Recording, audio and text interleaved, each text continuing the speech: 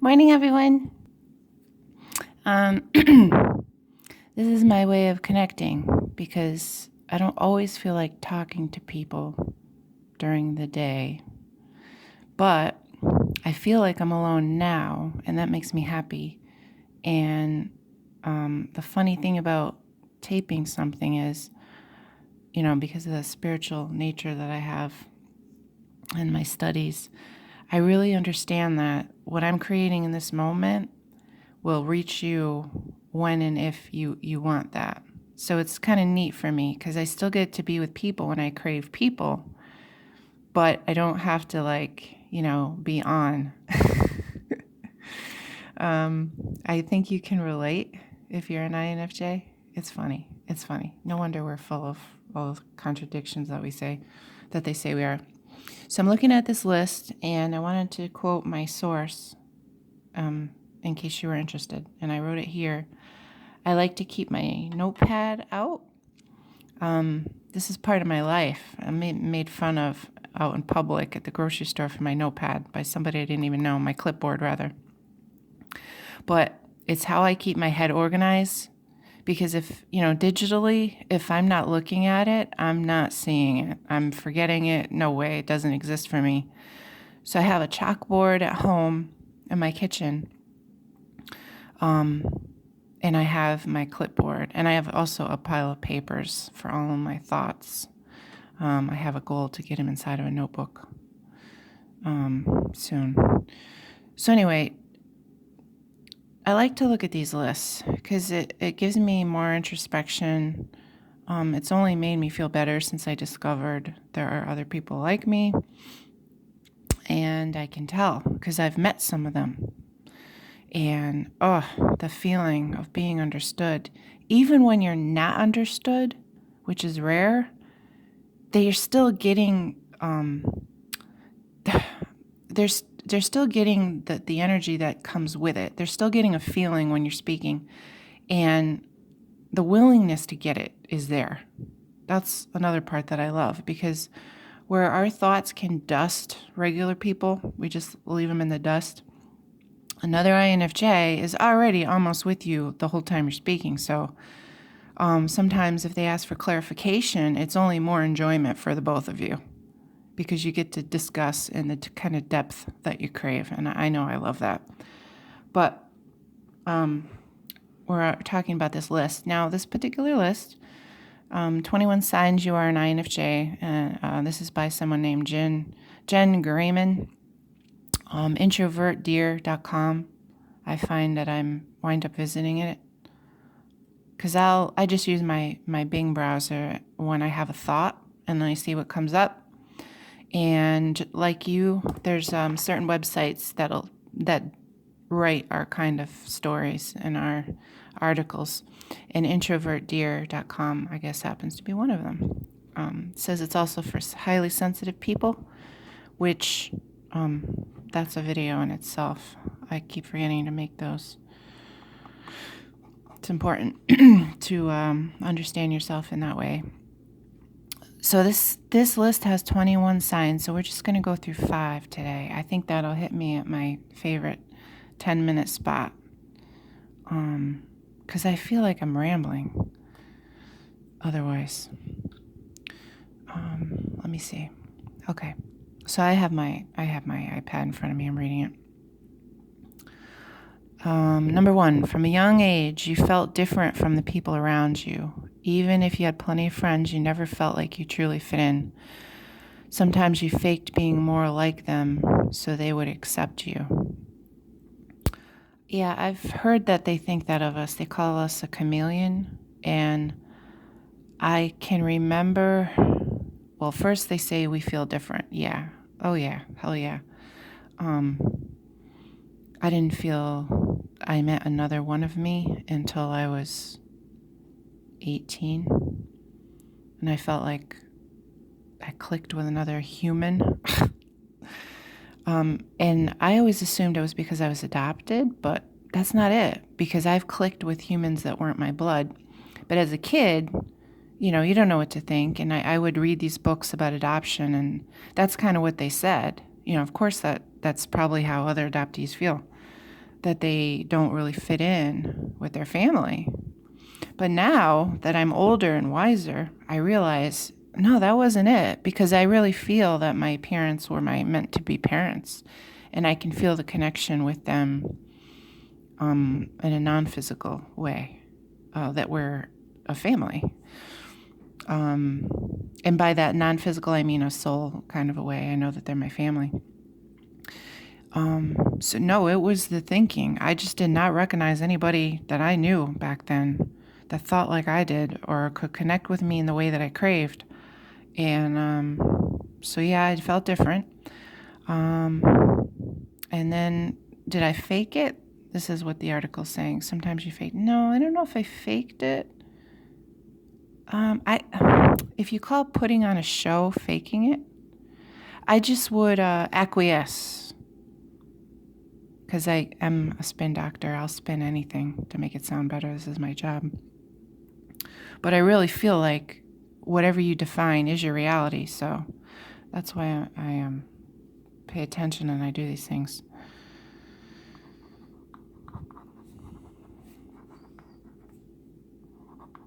Whatever you define is your reality. Okay, a lot of people don't know that. That's my metaphysical stuff talking there. Sometimes you fake being more like them so they would accept you. I just acquiesced and I highlighted those parts of me that were like them. Yeah, I did that. But I have so many parts. I was just selecting. I wasn't faking. I feel like I'm everyone. I've been everyone. When I was worked in the restaurant industry, hospitality, I feel like I've met every type of person in the world, or at least in my little world, in where I live, the area where I live. I've met all the types, and so I feel like I can say that from knowing that. And I would just I felt like I've been all of those people. So I just highlight the ones that match them, right? No big deal. It's just how you fit in. Number 2, you want to know what's really going on in people's lives, not just trivial stuff like what they did this weekend or what they bought on their latest shopping trip. Oh my God, it's so funny. You want to dig deep and get at the things that no one else sees. What does the person in front of you really think? How does this person really feel? The fake facade they put up for other people doesn't fool you. Well, no shit. Excuse me. I call that my bullshit meter. I've had that a long time before I knew I was an INFJ. I was very proud of that. My bullshit meter. You know, it's so good. It's so practiced. I don't even have those people in my life. Because when you start living in a different way, you attract different things. And I'm not fake or phony, so I don't attract fake or phony. I would never put up with that. I mean, there's only so many minutes in your life. Why would I be with fake people when there's plenty of authentic people out there? But back to the number 2 here. You want to know what's really going on in people's lives? Yes. After I took that personality test, I sent it to my closest friends, and I put something on there that said, "So I can see into the depths of your soul," because I like to be fun and light with my friends. And here, I was using my Facebook Messenger, and I just picked out some people that I talk to. I don't even see them all the time. They're just part of my life. And I wanted to know, what is this person's type? I want to know everything, all the time, about everyone. I've been self-conscious about that in my life because it can be perceived as being nosy. And I've made the joke with other INFJs, like when you're talking to those other types, no, just let me peer into you. It's for the good of all. Because everyone is a case study to me. So it's like, no, just you're safe with me. Just tell me everything about yourself, all the personal details. Because I'm going to take that information, I'm going to use it to help everyone for the rest of my life. So you owe it to me and the rest of the world to tell me everything about yourself. So I've always known I was doing that, and then I would just kind of temper it to my audience. Like, I remember when I was a waitress, I would talk to people, Of course, this is usually you'll get those personalities. Like the bartender that is your therapist, that stereotype. Well, that was me waitressing. And people would sometimes cry. They just started talking. They just knew they could tell me everything. And I loved that. I felt so honored that they can trust me with their heart. Because I knew I wasn't going to hurt them. I was going to leave them better than I found them. So I welcomed it. And I think that I'm like a beacon like that. And many people have said, spiritual people have said, they see a light. Like I actually light up to them, and that makes sense to me. And this is probably the same for you too. These are our lights. We light up to people. They may see it, they may not physically see it, but I think that's part of who we are. And that deserves its own video. Okay. Yeah, we want to see what no one sees. What else does this question say? Statement say? Yeah, how do they really feel? So when I was younger, everybody, you go to a party, people are all drunk. And that was my favorite time. Maybe you can relate. It was my favorite time because they let their guard down, and I was just loving that. That's what I wanted. I feel like I'm ready to do that every day. I'm just going to make sure you're not going to be a jerk or you're not going to hurt me, but I'm ready to dish every day. But when I went to a party, all the drunk people were ready to dish, and it was like, game on. I'm going to read all these people, and I'm going to make them feel better, and I'm going to get in their hearts, and I'm going to get to be with them in a very real way. And yeah, I remember that was very enjoyable for me. And they had no idea. Okay, boy, I'm talking a lot here. It's already 12 minutes in. Okay, number 3. You feel more comfortable having a loose plan for things than you do completely winging it. Yeah, I'm not going to be locked in and committed to anything. No, I'm going to try to avoid totally getting locked in. But I do want structure. I will not wing it. I don't like winging it talking. I don't like answering the phone and winging it. I know a lot of us I've heard a lot of us say that. We don't like the phone. I don't like being put on the spot. I want to research first. Plans. I want to know what I'm doing that week because I'm going to be adjusting my feelings. I'm going to be adjusting how many people I spend time with. Yeah, I'm that dialed in. I think that's what an INFJ is, although I've not heard it put that way. I feel like I am dialed in, and my husband, he calls it high maintenance, but I just know what I need. I know what I need, and I know what I want. I know how to optimize things, and I'm going to need to pretty much know what I'm doing that week. I'm not winging it, no way. And then I'm going to be more susceptible to my emotions, Okay, number 4. You can be both incredibly shy, quiet, and withdrawn, as well as charming, fun, and hilarious. Well, thank you. Yes, I think I am hilarious sometimes. It's all about the situation, your mood and energy levels, but most importantly, the people you're with. True. Yep. I mean, here I am living it with you right now. Sometimes I don't feel like seeing other people. I just want to be in the house that day. Thank God I can do most of my work from home. Yeah, I can be very charming, fun, hilarious. And it's about the situation, my mood and energy. Yep. And that's why I like to structure my week, I think. Because, again, let's say I have social functions at the end of the week. Well, I'm probably just going to lay low for the beginning of the week. I'll have more to give if I do that. A lot of what we're doing is managing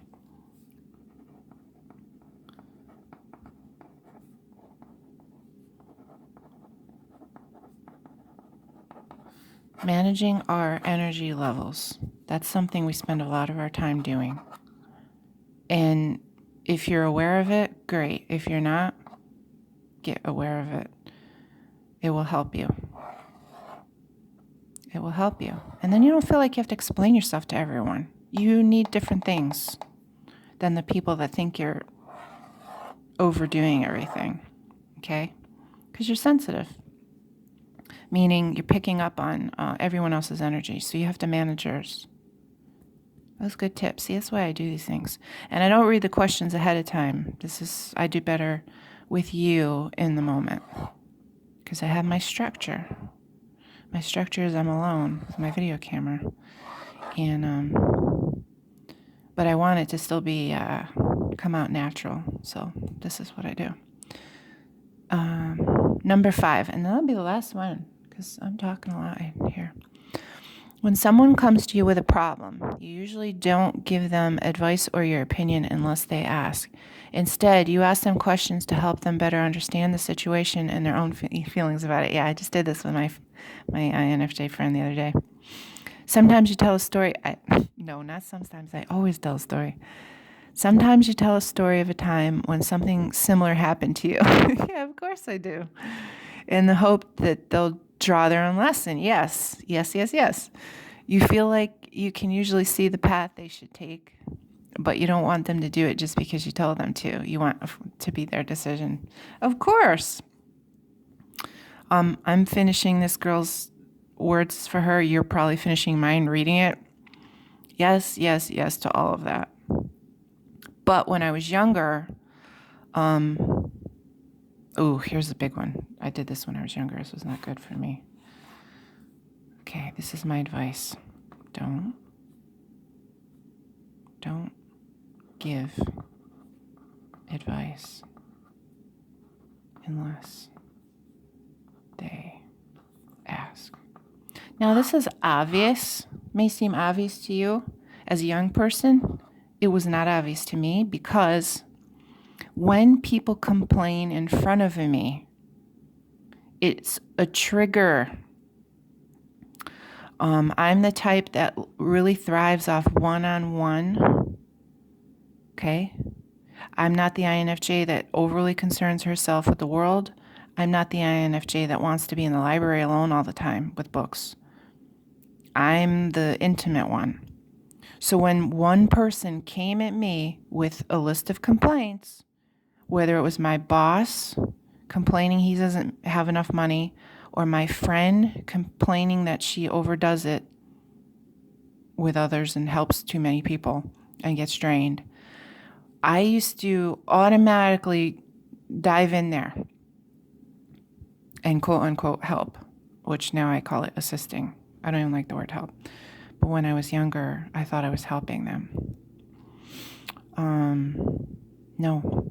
Some people just want you to listen. I know it sounds crazy. It sounds crazy because my idea is like, well, the reason you're telling me so we can get to work on it, right? You're not just venting to vent, but I do have those friends. They just want to vent. Now, as a metaphysician, I understand that that's never a good idea. You don't leave the energy there. That would be a good video. Talking about venting. Ooh, that would be a really good video. Yeah, you don't want to leave the energy there. But guess what? It's not up to me. It's not up to me. Sometimes the people, they just want to vent, and you got to let them. And you know what? If they don't get the satisfaction from you that they're looking for, which is usually they have a victim mentality, they don't just want to vent. They want you to kind of sympathize. Don't go there with them. Don't go down with them to meet them at that victim mentality. It makes you feel bad, especially with your empathy skills. So don't give advice unless they ask. And then when you do, this paragraph said it perfectly. This is what I do in life, and this is what I do with another INFJ. If another INFJ tells me something's wrong with her, it's amazing because I don't try to school her on the exactness. Like, well, if this person's disappointing you, tell them to do this or whatever. It's never about that. It's about the themes. We're really talking about the themes that are going on in the background. And then it's like we trust the other person to come up with their own solutions. They're their solutions. All you can do is offer up what your experience is. And, they're saying INFJs get this, so that's wonderful. That's why I feel like we're kind of spiritually advanced, which I'd like to talk about separately.